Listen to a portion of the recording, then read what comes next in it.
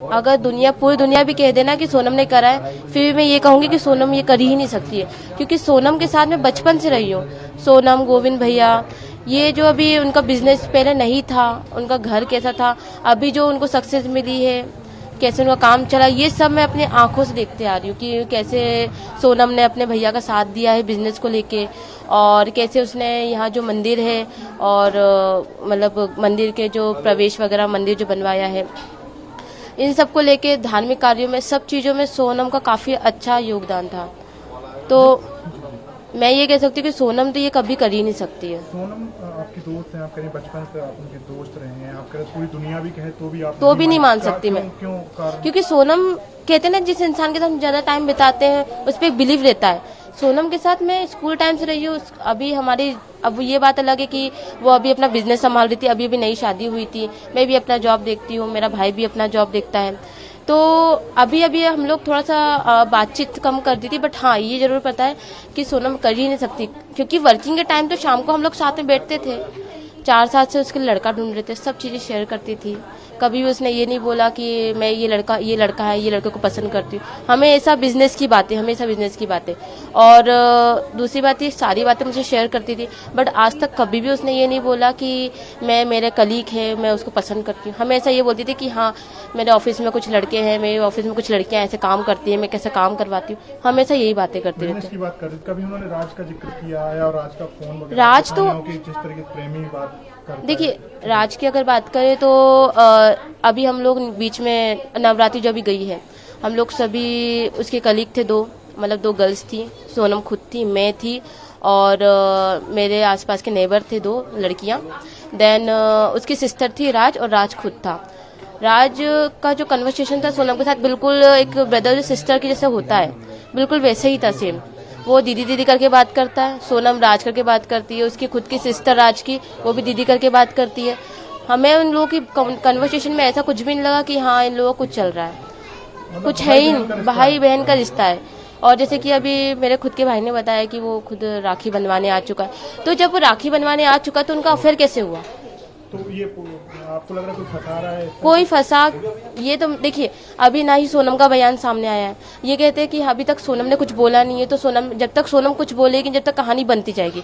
जैसे सोनम का बयान आएगा तो फिर उससे कुछ कहानी में समझ में आएगा। और उसके एक और साथी जो सामने आ रहे हैं, 4 लोग, वो गए थे वहाँ पर, वो वहाँ मौजूद थे, वो क्यों गए थे? बात ये देखिए, मतलब राज के जो दोस्त हैं, देखिए राज के दोस्त है, ये राज के दोस्त को तो मैं बिल्कुल भी नहीं जानती। ये मुझे ऐसा लग ही नहीं रहा है कि राज के दोस्त गए थे। ये मुझे ऐसा कुछ लग रहा है कि इनको कुछ फंसा अभी तक, क्योंकि उनका बयान भी सामने नहीं आया है। अगर चलो सामने वाला बंदा कुछ बोल भी देता है तो डर के कारण बोल देगा, खुद को बचाने के लिए कुछ बोल देगा। पर ये तो गलत है कि हाँ, जब तक सोनम का बयान सामने नहीं आ रहा है, तो अगर अदर पर्सन कुछ बोल रहा है कि हाँ उसने करवाया, तो मान पाना मुश्किल है। मतलब आपकी सोनम से लगातार कन्वर्सेशन होती थी बचपन से, आप बचपन से बिल्कुल नहीं मान सकती? बिल्कुल भी नहीं मान सकती, क्योंकि एक होता है, एक एनवायरनमेंट होता है। सोनम ऐसे एनवायरनमेंट में पढ़ी लिखी है, पढ़ी बड़ी है कि वो कभी भी ऐसा काम कर ही नहीं सकती। हमेशा अपने फैमिली मेंबर के बारे में सोचती थी।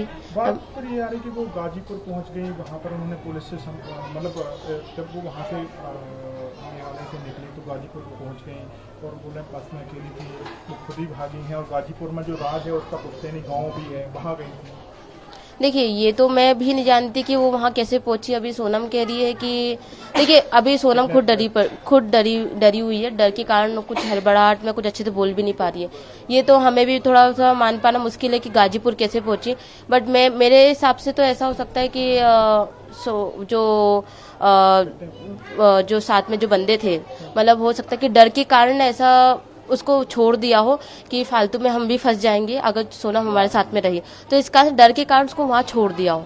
पर ये तो कह पाना मुश्किल है कि सोनम ने कुछ करा है। शादी की बात करो, शादी में आप थी सोनम? मैं शादी में नहीं थी, बट हाँ ये पता है कि 4 साल से लड़का ढूंढ रहे थे, और उसने मुझसे सीधे सीधे ये कहा था कि देख शिवानी, मैं अगर शादी करूंगी तो मेरी फैमिली की रजामंदी से करूंगी, और ऐसा कोई भी कदम नहीं उठाऊंगी जिससे मेरे भैया के बिजनेस या फिर उसकी समाज या उसकी फैमिली को कुछ परेशानी हो। इसलिए ऐसा कुछ भी कदम नहीं उठाऊंगी।